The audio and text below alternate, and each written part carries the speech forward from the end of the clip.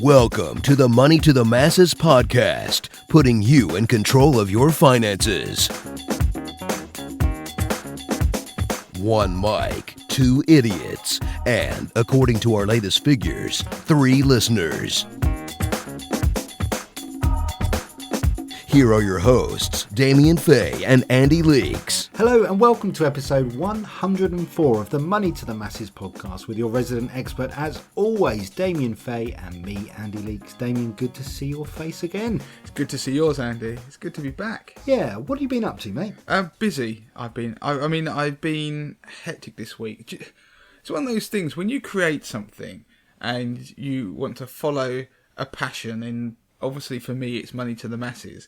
You'd think, wouldn't you, that you would do something that perhaps you enjoyed? No, I do. I love it. I enjoy it. That's why I do it. And but where you are on a Friday night, as this is Friday night, Andy, we are late on a Friday recording this podcast. Just to give a bit of insight to this, Friday is a nightmare day for me and what I do. I'm so busy, and to put this into context, today I've been doing a lot of stuff on 80/20 Investor in terms of we've done a new update that enables people to search the funds even more easily than they did before. My portfolio, I did a portfolio review. That portfolio is up nearly 16% in just 19 months, which is an amazing result. I'm really chuffed with that, because compared to the market and the average fund managers they're up way less than 10%, I am beating them, which is brilliant. I mean, these professional managers get paid a fortune to do this, and I'm teaching people how to beat them at their own game. But of course I was doing all that, and then I end up doing the new YouTube videos we're doing, the news roundups, this podcast, the newsletter that I've got to do after this for 80/20 people. I'm absolutely mental on a Friday. Friday is the busiest day of the week for me. I should have done it the other way around. You know, when you're full of energy at the beginning of the week, I have to do my life in reverse. No one says Friday has to be the end of the week. They're only saying that because that's the norm, isn't it? People work, most normal people work Monday to Friday. You can switch that up. You work for yourself. You can call Friday the beginning of your week. Yeah, I like that. You said the most normal people. I'm going to take that as an insult, because by definition you're saying that I'm not normal, but maybe I'm not. So, no, I'm really good, Andy, in answer to your original question, but busy as hell. So that's great, though, because we're doing so many new things on Money to the Masses. Even going to be doing some Facebook Live stuff. So that'll be interesting. Maybe we could even do a Facebook Live one day when we do a podcast. Let people in to see 5 minutes of our show and how we put it together. Do you know what, Andy? That'd be brilliant. We should do that. If people want us to do a Facebook Live for 5 minutes of us recording the show, then tell us and we'll do it. And we'll arrange a time to do it so people can log on and watch it. Because I think there's some people who would. They can see you and I laughing, and probably a few outtakes going on as well, and drinking tea. So I'm not going to promise it's going to be the most riveting thing, but you see how it works. Anyway, Andy, what have you been up to? I've been up to not very much, my friend. Busy at work, busy at the day job, and not doing a lot in the evening. I've had typical man flu. I've been trying to lose a bit of weight, and helping my children with their homework, that kind of thing. Just doing normal, average sort of day-to-day stuff. But really tired with it, though. Oh, so it wasn't you who won the Nobel Peace Prize today, then? Do you know, it wasn't. And the amount of letters I've written to those guys. No, it wasn't. Right, talking about inspiring things, Andy, that's kind of a theme for this week's podcast, okay?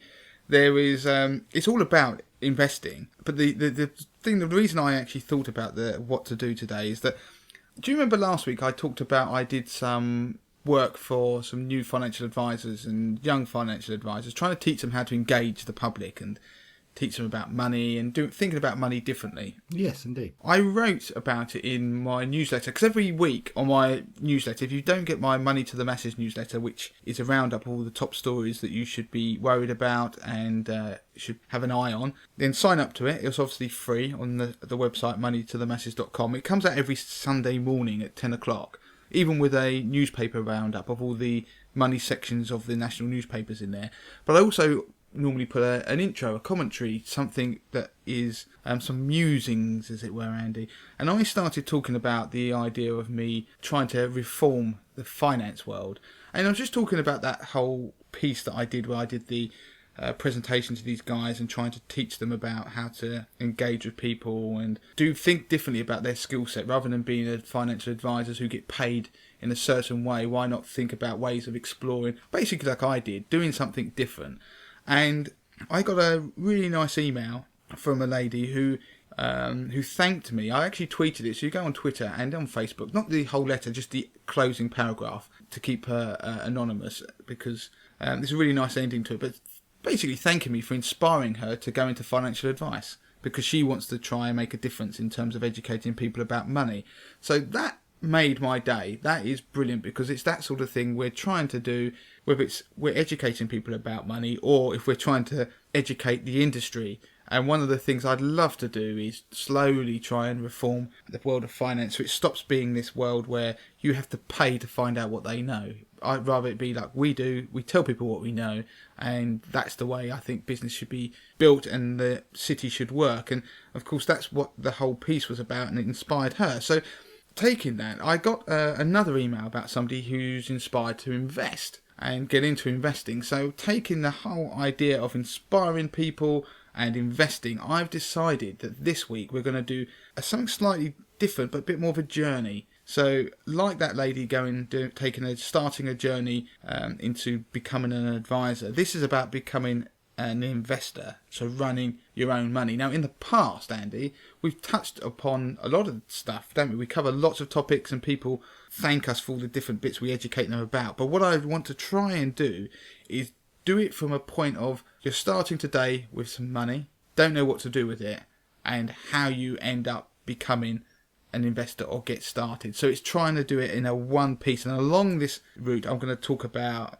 what you might invest in, how you might do it, things like fund platforms, what to look for on those, how to pick them, whether you should have an ISA or a pension, and blah blah blah. So we're going to do that, Andy. Excellent. So it's like the winding it back a touch and going from the journey right from the very start, point to point, and giving a few tips along the way. Yeah, it's like investing 101. So let's get started. And you jump in, Is Andy. that different to Room 101? Because that's a very different It's just place. next door. Actually, it's the floor above. Okay, lovely. Okay, Investment 101. Damien, shoot, I'm all ears. Right. Do you know what? One of the biggest flaws I think about the world of financial advice is that if you want to invest money, what happens is you go to a financial advisor, okay, and you have you might even know you have a problem, but what they will do is they will try and sell you something, and they will tell you it's advice, and some of them are very ethical, so they will say to you, Andy Leeks, you've got X amount of money, I think you should invest it today doing this is how you're going to do it, and this is what you're going to invest it in, and so forth and so forth. The problem is, I think the world of DIY investing and how consumers think about these things is the opposite way round. Now, the reason why advisors like the way they do it is because they see it from their point of view. They've got like these holes to put you in. So you've come to, all right, you're wanting an investment. Okay, I'll plug you in there because that's how I get paid. And it goes down a very set decision tree. Whereas when you go and invest, you'll think of it from the bottom up, really. You decide what you want to do, and you may have an idea of what fund or what you want to invest in, and then you think, oh, how do I do that? A bit like if you want to buy a car, you decide what car you like first, and you think, well, how am I going to buy it? So this is my theory on how people should invest. So I'm going to start from the bottom up, okay?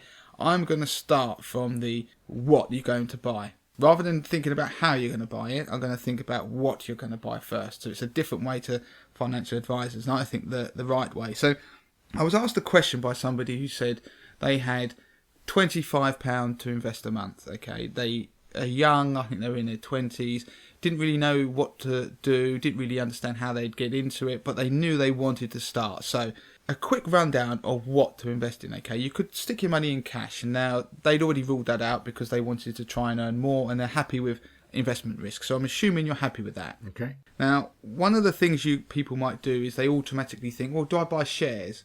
So buy shares in a company. Park that idea, because for most people, that is very, they don't have the expertise or the time to make that work. And you need to know, put it this way, I wouldn't personally buy shares in individual companies, because I think to make sure you understand all the risks and make a good job of it and actually probably make money ultimately, is you need to spend a lot of time analysing all these company accounts, etc. So I think for most people, you invest in what they call a collective. So you end up buying something which is effectively a fund, pooled money, okay? So all the millions of people around the country, rather than them go and buy shares, what they do is it's kind of clubbed together, and a manager runs that pool of money, and he goes and decides which companies to invest in. You just give him his money and you take your share of the profits. That's a kind of very basic idea of how that works. And of course, there's lots of people, lots of fund managers out there for lots of different investment companies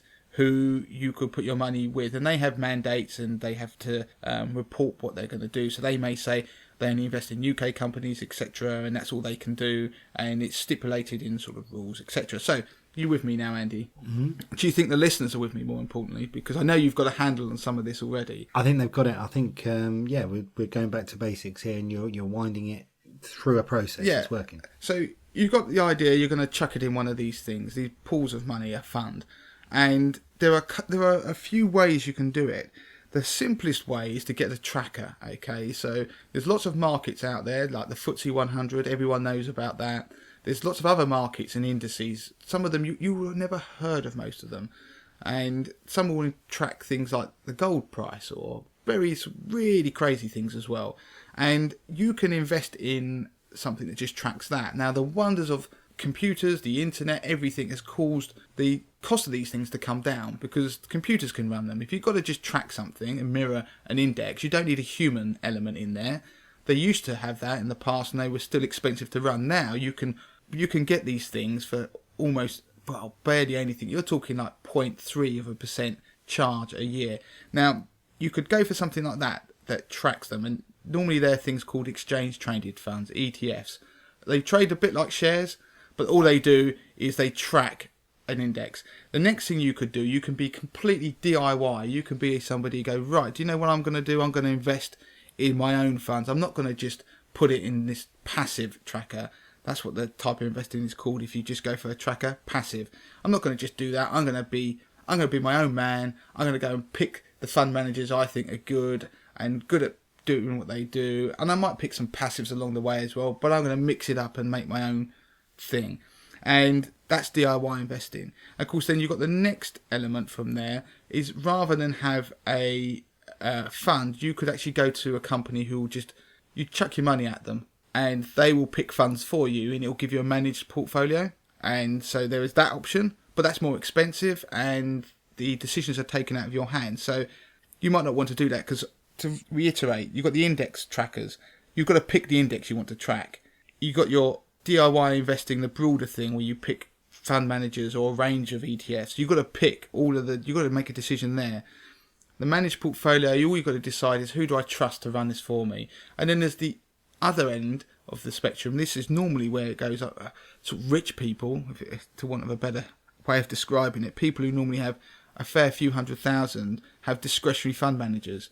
And what they do is, you get these guys swan in their suits and they say, hello, Mr. Leeks, you're very special to us. You're clearly rich. They don't probably say that bit, but we'll run your portfolio. We won't just stick you in a managed portfolio that everybody else has. We'll give you one that's a little bit special for you and basically make you feel better. I mean, give you nice freebies and things. So it's a bit like this is the investment bank world, okay? Would I get invited out to special golf days and things like that, and to the tennis? Would I go to a box at the tennis and that kind of thing?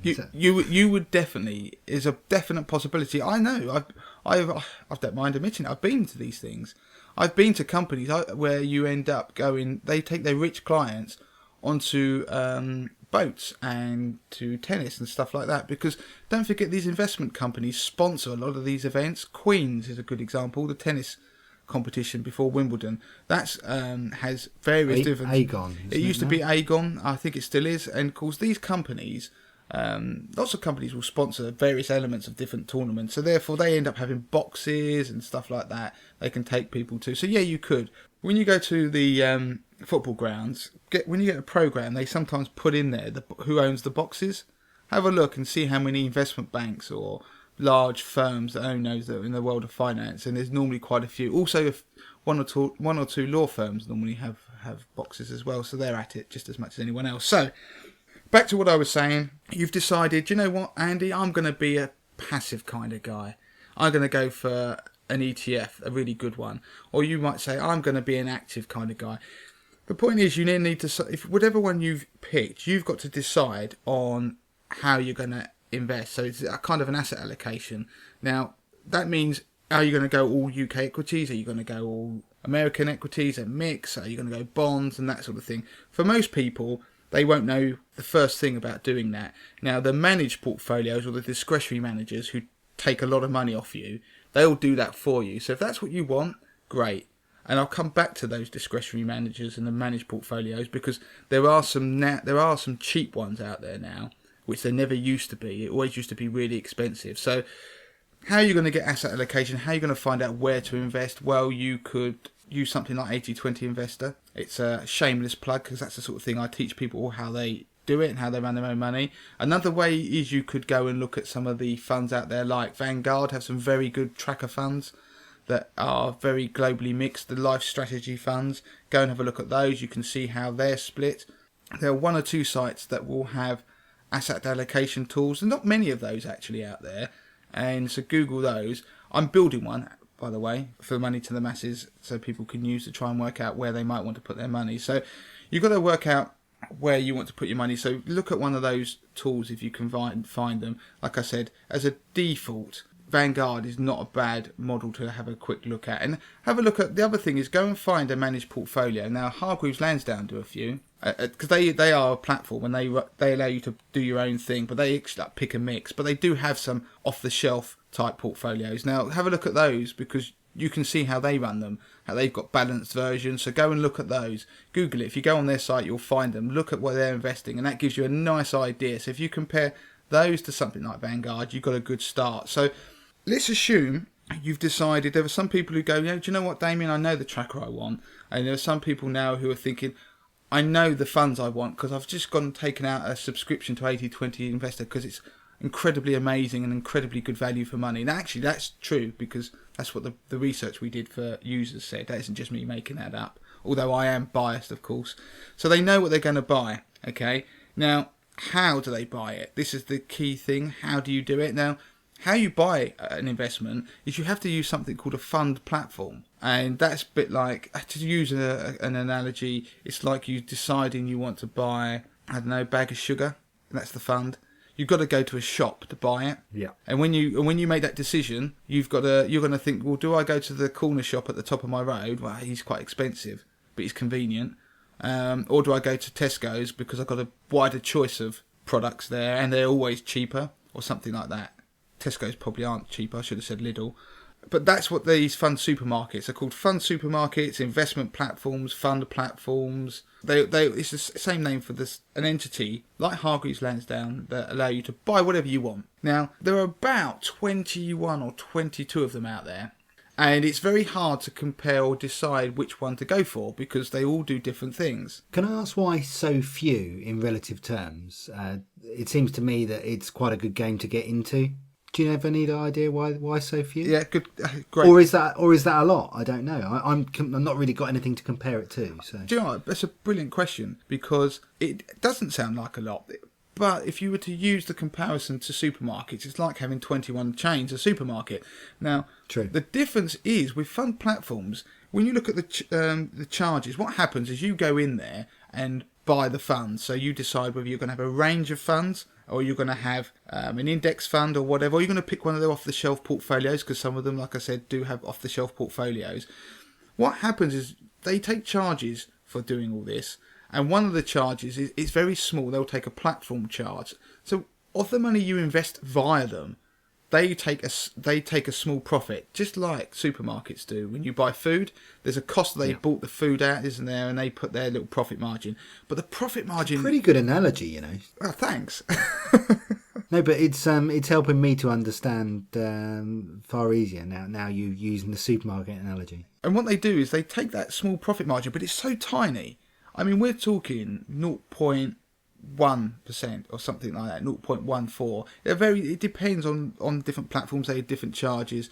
So you can see, to be profitable, you need to be a monster. you need to have an enormous platform size. It's what they call assets under management, and it's why when you go on a train, you see adverts everywhere. It's the same reason why if any of these platforms get hold of you via email, so they say you give them their email for something, they will bombard you because they need your money. So if you were to give them £100,000 of your money, which is a big sum, they don't make a huge amount of money off that, because a lot of these platforms don't have their own funds. So like Tesco's, they will try and make more money by making their own versions of cornflakes, don't they? Yeah. Well, some of them do. So Hargreaves do, for example, but lots of the others, Fidelity do, but lots of the others don't, and that's the reason why they struggle, because they've got to get so much money under management. Now, to make a go as a platform, you're going to need about, I reckon, as a conservative estimate that I've seen out there and bandied around, about £2 billion. So you need to attract £2 billion worth of money to be able to run the platform, to pay the wages, all the admin, because it's still very clunky. It might look slick to you when you're on the site, but there's a lot of admin paperwork, because all the investment houses, it's a bit like Tesco's. You don't see all the people who go and buy the products in the background, all the buyers, all the people visiting. And then stack the shelves, don't forget. And then stack the shelves. It all happens at night time. Yeah, it's exactly a similar thing. Obviously, you don't have people stacking shelves, but it's the same idea. You've got all that going on in the background, and there's the world of finance is very clunky. All the tech stuff doesn't really talk to each other very well, because they all built their IT systems independently. So is that why there's often a delay when you're sort of selling funds and getting monies transferred and stuff? It's all that admin, the clunky stuff that you don't necessarily appreciate. Bang on. It's exactly that. But the problem is there is an element of where they will drag their heels because you're moving your money, but part of it is because there are different systems all talking to each other. So it's not just about dragging your heels. That's why anything in finance becomes very, very difficult. So have we identified here an opportunity? What? Building something where everyone talks to each other simply? Well, Andy, you should be up there talking to the industry and the FCA, because one of the things, they had the current account switching service. Yes. That came about to make it easy to switch accounts. One of the problems we have is people can't switch platforms. So you're going to choose one of these 22. Let's say you do. Just because you shop at Tesco's today doesn't mean you're going to do it forever, and people do change their mind as their life moves and the amount their money they have, etc. So it's a bit like platforms. Once you get embedded with them, it's hard to get out, because some do have exit penalties. Hargreaves is one. There are others that do, but there is a movement to stop that. So if we are able to make it easy for platforms to talk to each other, there was some new technology a few years back that was meant to make it easier. It would be wonderful. But going back to your original question, as I've just remembered what you asked me, is that the reason there are so many is people are trying to get into the market because it is lucrative, as you say. If you go in there, in theory, you can just skim money off of all this billions of pounds of investing that's going on. And the other point is the reason why, in a way, there's only a few big players, is because you have to have that huge sum to be able to do all the marketing and all that bump that goes with trying to run one of these machines, and they can't compete. So there are 21, 22 of them, and some of the ones you've never heard of will be the cheapest for you, but it's very difficult to compare. So the point of all this, if you go to Money to the Masses, we have just launched a calculator on our site that compares these things. So you go on there and you put in how much you want to invest in the SIP, ISA, both, outside of an ISA or SIP, and what you kind of want to do, and it will press go and it will tell you who is the cheapest out of all of them.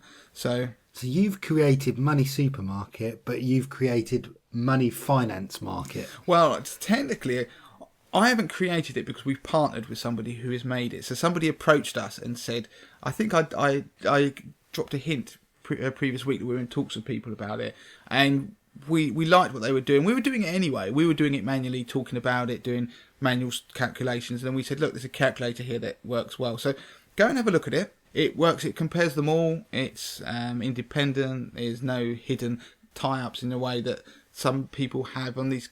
There's always a danger, I think, with comparison sites, is that they will promote the one to the top that they get paid the most money. Now that doesn't happen with this, because we were very deliberate about that when we got into the partnership. Because do you remember there was lots of comparison sites that were doing it with car insurance? They were putting the one up the top that they got paid the most on. A very biased algorithm. Yeah. Okay, so how will listeners find that? If they go to moneytothemasses.com, there's a compare tab. Click on compare and it will drop down. It will say fund platforms. Click on there. boom, you can have a play with it. And Excellent. I'll link to that in the podcast notes too. so even if you have a fund platform, check, because it may be cheaper for you to move elsewhere. The key things to remember before I move on quickly are that the cost of the platform will vary depending on your how much money you have, what you want to invest in, because if you want to invest in different types of investments, say shares as well as funds, there are people who want to do that. There are different charges. Of course, it isn't all about being cheap. I'm a big advocate of not just going for cheap on everything. It's about value as well. So I just want to quickly rattle through a few things if you're considering a platform, because the guy who inspired this question said he found it difficult. I've told you how to find the cheapest, but there are other things to consider. So for example, very quickly, customer service. You need to look at the administration, how slick the site is, whether it works, if they have an app if you want it. There are plenty of platforms out there that are very clunky. So once you start using them, there is nobody at the end of a phone line, as there are with some of the bigger ones, who can resolve your problems. It is going to be almost not a man above a chip shop, but it is going to be a much smaller team that's involved. And so the gloss that you see online probably masks a much smaller entity. There's nothing wrong with small, but it's just you've got to, if that's going to bother you, then bear that in mind. Is there any tools or research? If you're using 80/20 Investor, my DIY investment service, you probably don't care about the tools and research, to be quite frankly, because you'll love what we're doing. But if there are some that do it, on the charges front, that tool that I was talking about will compare charges. But if you bear in mind anyway, because it can't compare every scenario, but look at transfer charges if you want to transfer away, if the platform that you're liking is going to charge them. If you're investing in shares, do they charge you to reinvest dividends? Some do. Some actually have a service where they can do reduce the cost by doing it on bulk. Are there charges for buying and selling funds, switching funds? There shouldn't really be these days, but there are some that still do. Are there what they call bid offer spreads on funds? Google that if you don't know what it is. Find out what the fund manager charges are, what the platform charges, because obviously the way the charges, unlike Tesco's, when you go in there's one price, they have to break down what the prices are, so who's getting what. And you can see that, so because you can buy the same products anywhere, that's pretty much standard. There are some availability differences between the platforms, but the ones that most people buy you can get anywhere. And check to see if there's any other caveats about the way fees are taken. Are they taken from a cash account? Do you have to have cash sitting there rather than invested where the money comes from, or do they take it from your debit card? Because there are some platforms that will take it from your debit card rather than from your invested money. So make sure you know which is which when you start out. So we've done the what, we've done the where, the kind of asset allocation, and the how, which is the platforms. And you can find any more information about this on Money to the Masses. I've done various bits and pieces. If you go onto the Money to the Masses site and search in the search bar at the top, cheapest and best SIP, there is a roundup of all this stuff. And the reason I say best, because there are best SIPs for people who are doing monthly investing. There are best ones for people who want tools and functionality. There are people who are doing like large sums. And there are some for people who want managed portfolios. Now, I'm going to quickly jump back to that on the managed portfolios, because there are people who want to just say, do you know what, I want to give I want the DIY investing benefits. So one of the big advantages of DIY investing is you can keep your costs low. Keeping costs low will actually save you so much money in the long run. It's an incredible amount when you scale it up. You're not just talking about a few thousand, it's tens of thousands over significantly large pots of money. And you can do that by keeping them low when you're building your own portfolios, if you're doing the DIY stuff, or if you're picking an individual tracker. The problem is with trackers, you don't want to put all your eggs in one basket, do you? So you might say, I would love it if somebody would pick those trackers for me and put them together in a bundle, because trackers are cheap, ETFs are cheap, that's because they're run by computers, but build a package together and then charge me hardly anything for it. Now, there are people who do that. There's a few new entrants in the market. The problem that most of them have, they have high minimums. You have to have at least £500 to get going. So if somebody wants to invest £25 a month, you can't. There is one that I know of, Money Farm, who we've talked about before and has sponsored the podcast. They do no minimum, and they don't do a charge on the first 20,000 if you go when you sign up, put MTTM 20k. The discretionary managers, I just touch upon those. I wouldn't really deal with those if I were you, for most people, because they don't actually outperform. There is enough statistics out there to show that they end up buying very expensive stuff, and you could probably beat them, inevitably beat them by buying cheaper stuff and doing it yourself. And unless, of course, you want to go and watch the tennis. unless, of course, you do. I tell you what, I saw something funny the other day. I was on Twitter, and somebody wrote, "I can't believe how much this glass of wine has cost me. This glass of wine I've bought a client has cost me in the city." And I didn't say anything, but I did chuckle, and I thought, well, nothing technically, because the client's ultimately paying, isn't he? But that would have just been, it would have been true for starters, Andy, but it would have been a little bit provocative. One thing I forgot to mention, I'll quickly go on to, I saw a pension. So we did what they're buying, where they're buying, how they're buying it with a platform. It's the vehicle, because you buy a fund, you've got to think where you're going to put it in. Is it going to be in an ISA and a pension or nothing at all? Because you can buy funds directly. Now, generally speaking, I wouldn't buy directly a fund because you're going to have to pay tax on it. The beauty of ISAs and pensions is that you can make switches and changes and all the growth is tax-free. Which is better? I'm always asked which is better. Now, it's kind of horses for courses. Now, just to give you a roundup, on a pension, the beauty of a pension is that you get tax relief on the way in. So if you're a basic rate taxpayer, it's 20%. If you're a higher rate taxpayer, it's 40%. So you can put money in and you get basically a free buffer from the taxman because you're claiming back the tax. And so that's great. So 80 quid you put in, your basic rate taxpayer gets topped up to 100. That extra money grows then and compounds tax-free when it's growing inside your pension. Issue is when you get to the other end, you are taxed when you take it out, unless you make yourself a non-taxpayer when you come to take it, when you come to draw your pension, which actually is easier than you think, because you're no longer working, presumably, and you can arrange your affairs so you actually can take out your pension, not pay any tax. There is a limit. You can't get your money out when you want because you have to be over 55. Although once you're over that, you can cash it in, but there are tax implications.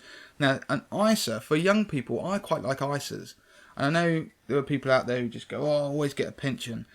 The beauty of an ISA, okay, is that if you're young, you don't know what you're going to need the money for because there's so many expenditures that, I mean, it's so expensive, isn't it, when you're young? You've always got children, you've got boilers that blow up, you've got cars that break down, and your income is probably not at its peak. Unlike when you're slightly older, your income will be higher. Hopefully your expenditures may have dropped and you actually don't actually spend so much on your kids, etc. So I like ISAs. Although you don't get tax relief when you put money in them, in a bog standard ISA, you don't get charged any tax when you take the money out. And again, the pot grows tax-free. Now, one thing people overlook is that you could save in an ISA for a while and then think, do you know what? This is okay. I don't need this bit of money now. You could cash in that ISA and you could then pay it as a contribution into a pension. Of course, you've lost the ISA status, but you'll end up in a pension. As long as you've got enough earnings to get the tax relief on that amount of money, you'd get the tax relief on top of that. Does that make sense? So you can do, it's not a one or the other. You can do one, as in an ISA, then the other, or you could do both. So there's no right or wrong answer in that. So either would like ISAs. My view is that you should use one or other. If you get near, people always seem to think the younger you are, you should use a pension.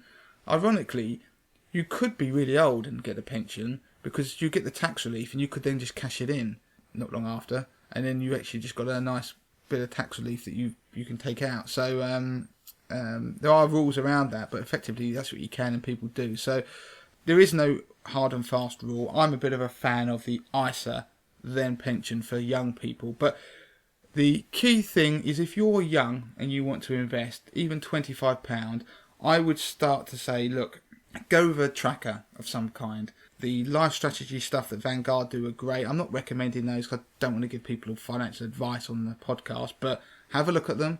There are equivalents. They are great. You can build up your fund. You'll need to still buy them via a fund supermarket that has got no minimum at all, because if you want to try and buy most funds directly, there are huge costs. Vanguard are bringing a direct-to-consumer platform themselves in the new year, I think it is, which will be really big. I mean, that's quite a move into the market. So that's a bit of a game changer, isn't it? It is a game changer because it's a bit like, I'm trying to think of, it's like. Come on, let's go back. Let's get a supermarket analogy. Come on.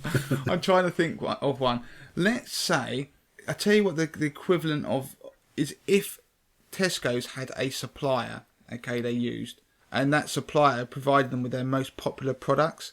So in this case, Vanguard is incredibly popular. They're some of their life strategy funds, and a lot of advisors use them. It'd be the equivalent of the supplier going, do you know what, I'm going to launch my own supermarket and only sell my own goods.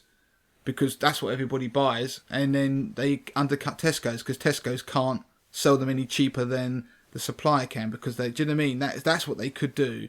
So the equivalent is a game changer. It could be. The only thing is you can only buy Vanguard funds through the Vanguard new platform, and let's be honest, I'm in the whole passive versus active. There's a good point actually I should cover on this. Passive versus active. Should you go passive investing or should you go active? So do you go for computer trackers that just map an index, or should you put your money on a manager who tells you he's going to make you a fortune? Truth is, I think you should do both, because as long as you look at the returns net of charges and how much money they make after charges, then the charges are slightly irrelevant. A manager needs to make enough money to make it worth your while. That's why on 80/20 Investor we don't care. I don't care about passive or active. I don't have the label. The reason the labels exist is because when you read the newspaper, the passive people want to say you want to buy these cheap trackers and not the managers over there who will be making all the money. So they call them active. And equally active people say, oh, you don't want the passive stuff because, and they come up with some reason that, oh, you can never beat the market or something like that. And that's why it exists. Do you know what I mean? It's almost like two sides of a football match. The fans are on one side and the other, and they shout at each other. Yeah. Reality is, I don't draw a distinction. You buy what's working, and in any environment, not one will work. Typically speaking, of managers at any one time, there will only be a handful that are beating the market convincingly, and therefore you need to review. The last point of this investing 101 is review. Get your portfolio. You've got to check it. You can't just leave it, because not every dog has its day. Even Neil Woodford, the most famous fund manager it seems in the world, will underperform massively for periods of time. Whereas why would you stay with him? Why would you not go to somebody else who's doing well and then go back to him when what his process is doing well? It's just like, again, if you want to use a football analogy, if a team, when they're on form, you back them. When they're not, do you know what I mean? You wouldn't put your money on them. I've got a supermarket analogy. Oh, good, Andy. You wouldn't necessarily just buy 100% luxury brands. You wouldn't buy necessarily, unless you're on a really, really strict budget, 100% value brands. You kind of want a good mix. You know what works and what doesn't. You get the odd value. You get the value beans because you know they're just a small little item. It doesn't really matter, and they kind of do. You get the real luxury, I don't know, tea bags because you like a cup of tea in the evening. Passive versus active. A good mix of both and you're happy. Yeah. Does it work as an analogy? It kind of does, because don't forget... Oh, come on, give me more. No, because what you're saying is it doesn't work. No, it does, because obviously there will be times when even the active is better than the, like, cost-wise than some of they'll do deals, and it's the same thing. So you can, like, you get these people who, using your analogy, Andy, who shop around and still live like kings and yet not spend any more than, do you know what I mean? It actually can be better than, stretch your analogy, than the value beans. But yeah, the point is that you don't pick one or the other. I would just go with whatever's working, and that's what 80/20 is all about. So I hope that's made it clear for people the journey. What would have happened is that the advisors would have gone the other way around. They would have gone, oh, this is what you want to do. You need to invest now. Oh, that was the last point. When do you invest? Oh, quickly. When? That was the one thing I forgot. They would say now because they want your money and they get paid. I would say don't try and time the market because you get it wrong. No one gets it right. I get it wrong. I don't try and time it. Sometimes you get the luck, sometimes you don't. I would say that you would drip in. If you think the market's going to fall, you need to drip in, because then you get more bang for your buck, to use a really naff term, and the way down, because you buy more funds, more units in your funds, don't you? So when it bounces back, you make more money. And if you think the market's going to take off, then you invest all your money at once. The truth is, you don't know what's going to happen. So I would just invest your money in installments. And we did a podcast on this very point, probably about 4 or 5 episodes ago. So go back and have a listen. So I would say, if you're at market highs, you can't predict the market, drip in. There's no rush. Because if you're going to invest for 10, 20 years, there really is no rush to invest. And let's be honest, if you're going to invest that long, you don't have to worry about dripping for an extended period of time anyway, because the point of that other podcast really was that the longer the time frame you invest, that's going to have the bigger impact than when you invest. So that's it, Andy. I hope everybody's going to email in and tweet me saying, Damien, you've answered all my questions on investing. But it's a complicated topic, and to try and nail it down in such a short period of time, I hope we've achieved it. Good. I learned lots. I learned lots about supermarkets, ironically. Excellent as always. Are we done for this week? We are done, Andy. That is it. I think we've probably fried a few people's brains, so we're going to let them off. We're going to let them out of class early. Actually, it's probably not early. This is probably slightly longer than most podcasts, but never mind. Have we fried people's brains in oil from which supermarket, would you say? I would say I would say it was a very premium brand, actually, Andy. So probably something from, I don't know, what is the top supermarket chain? Well, I would say it's probably a luxury bespoke, maybe a flavoured oil from Waitrose, as opposed to crisp and dry from Lidl's.